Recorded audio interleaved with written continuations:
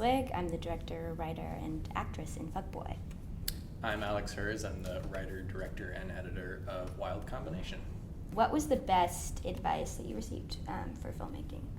I think in general, the best advice I've gotten that I totally roll my eyes at all the time, but I feel like is super relevant is just keep making stuff.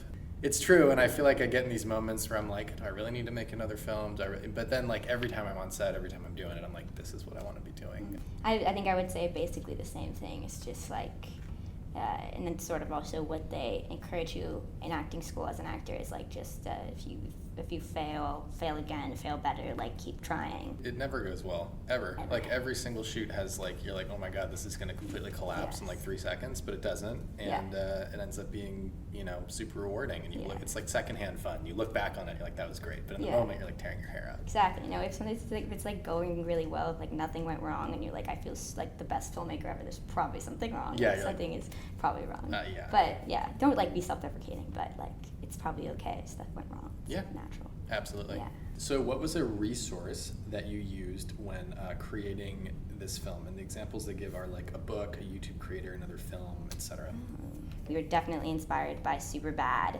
And then I was really inspired by the work of Andy Baker and Kenneth Flanagan, who are playwrights that they made me keep being an actor, because in acting school you always play roles that you're sort of never gonna play. Then they do that to stretch you and challenge you, and it's I was playing a baby or an old man or So we sort of were we just want to write how we talk, how Andy Baker writes or how Kenneth Lonergan writes, and do something Superbad where it's just relatable. People are gonna relate to this feeling, no matter if they're our age or not.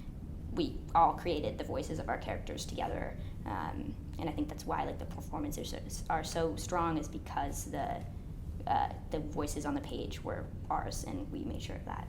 If you could give yourself any advice to your younger self, a piece of advice, what would it be related to filmmaking?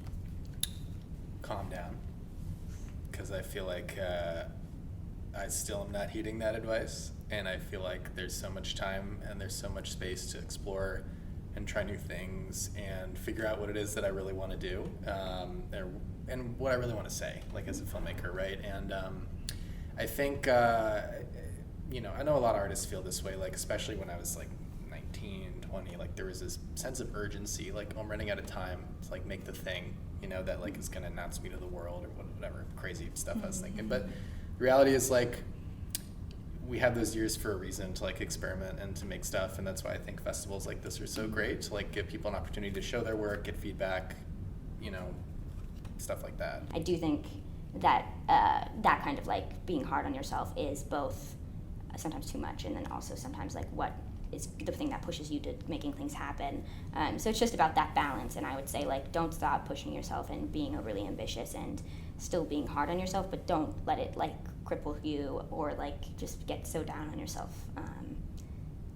Oh yeah, I agree. There's always going to be a certain level of discomfort, especially because films are such a collaborative medium, and also they're hard to make, and you're always going to feel the days leading up to the shoot oh my god, what am I doing, this is going to be so difficult, second guessing yourself, all stuff like that is going to be a part of it. But at the end of the day, we're doing it because it's fun, because we love doing it. That's the important thing. When did you realize this is what you wanted to do?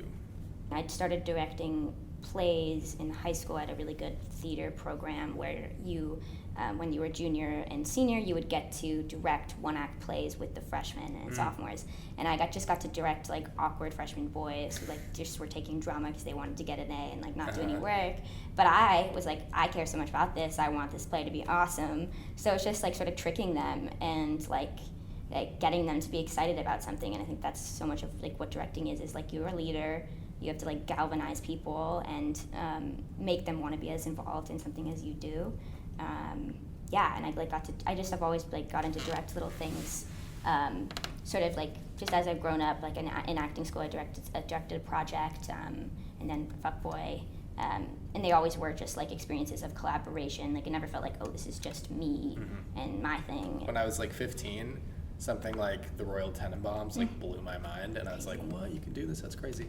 And then when I was like 18 or 19, something like Fellini, you know, I was like, oh wow, like people have been doing this for 60 years. That's wild. And then, you know, I don't know, like PTA or Coen Brother, you know, just like the classic. Yeah.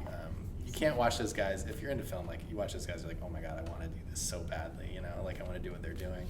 Who inspired you to pursue filmmaking? I feel like we kind of brushed on that, but if there's anyone else, like, what about like non-professional directors? Yeah. You know, like, well, I was actually going to say my dad. Oh. So my mom and dad were both accountants, and then now my dad's a consultant.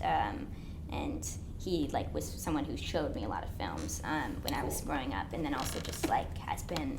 Both my parents have been so supportive, and like you know, we're running the ridiculous lines of Fuckboy with me in the pandemic, and like it's supporting me do that, and yeah, like it's I'm really lucky, and I'd say that's a huge inspiration, and I think that generation, their generation, necessarily wasn't encouraged. Like we are lucky enough to be like, go after your dreams. Yeah, it's so true. So it is like I feel like I'm inspired to do that for him as well, like for both of them. My parents didn't really show me a lot of films growing up. I feel like I entered this more from like a technical side of things, like just loving hands-on, like making stuff. But you know, that being said, like my dad was the one who would always like I'm like, Dad, this needs to be a dolly shot. I don't know how we're gonna do it. And then like the next day he'd be like, look, I made you a dolly with PVC and like a wheelie chair, you know. And I'm like, oh my God, and it would work beautifully. And like we actually my parents just sold our childhood home, and we spent like a couple weeks going through stuff, obviously, and like my dad stumbled upon a lot of these like old inventions that he made, like that dolly. He made like a steady cam out of like it was like a metal bar with like washers at the bottom of it, and then like a gimbal with like some sort of like scooter handle. It was and it worked really well. It was and it's like stuff like that. It's like I don't know, I didn't have the wherewithal to build that stuff, like and or even think about that stuff, and just having a parent who like supported me in that way, even if he didn't necessarily like understand where I was coming from all the time. He was always just like, I'm proud of you, we're gonna make this happen, we're gonna do it, you know. And that's like so important. And then also my mom, just reading my stuff all the time, all my emails too. Mom, thank you for reading my emails, I appreciate it. I was lucky enough to always have people who were like supportive and picking me up and complimenting me and being like, you're good at this, right? And that's so crucial. So true. Yeah. So true.